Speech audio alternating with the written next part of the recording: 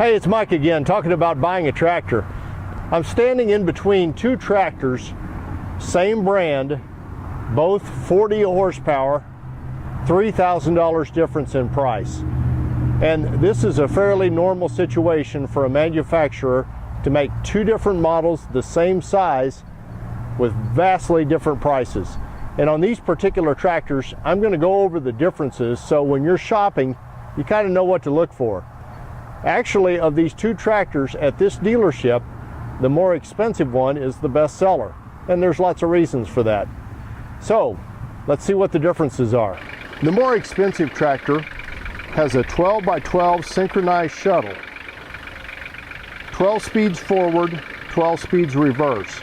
And having 12 gears versus the lower price tractor that has an 8 by 8 transmission is kind of important. If you're brush hogging your fields and you're at PTO engine speed, having those extra gears may get you at just the exact right speed you want to be to get your job done. The big difference in these transmissions is the 12 by 12 on the more expensive tractor is synchronized forward to reverse. So if I'm doing loader work and I'm going back and forth, I can shift and be moving, clutch and shift into reverse. The 8 by 8 is a constant mesh shuttle. It is not synchronized. So if I'm doing loader work and I'm going forward and I need to go back, I have to come to a complete stop, go back. That's a big deal.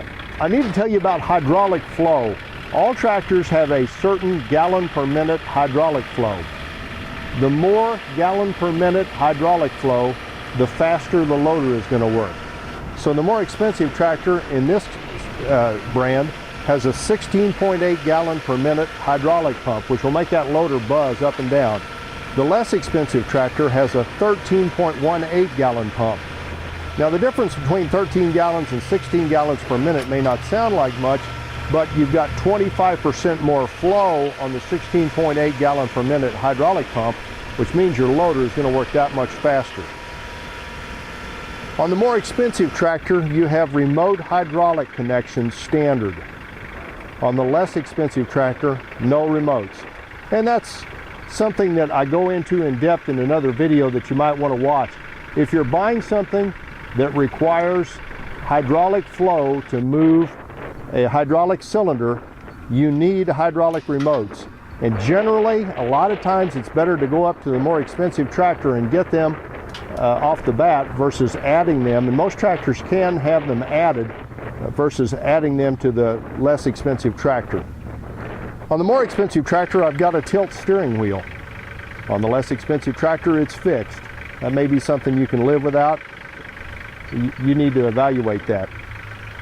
On the more expensive tractor, I have what's called draft control. And draft control is a method if I'm plowing and I start to hit a place where the ground is really, really soft, the plow will go dig in without draft control. With draft control, I have a sensor that senses there's something going on there and brings the implement back up. If I never do any tillage at all, I don't need draft control, and the less expensive tractor does not have it. The more expensive tractor has a lever that controls the height of your three-point from the back of the tractor. That's a cool feature. If you're hooking up an implement and you're a little high or low, you can move the three-point arms up and down with this lever. Also, the more expensive tractor has extendable lower link arms. These help you hook up your implement. You push them out, hook up your implement, back up, they click in place, and you're good to go. The less expensive tractor has the fixed arms.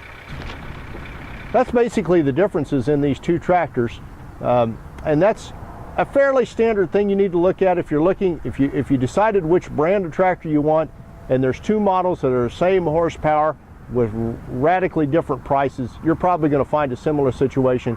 You need to know which one to get.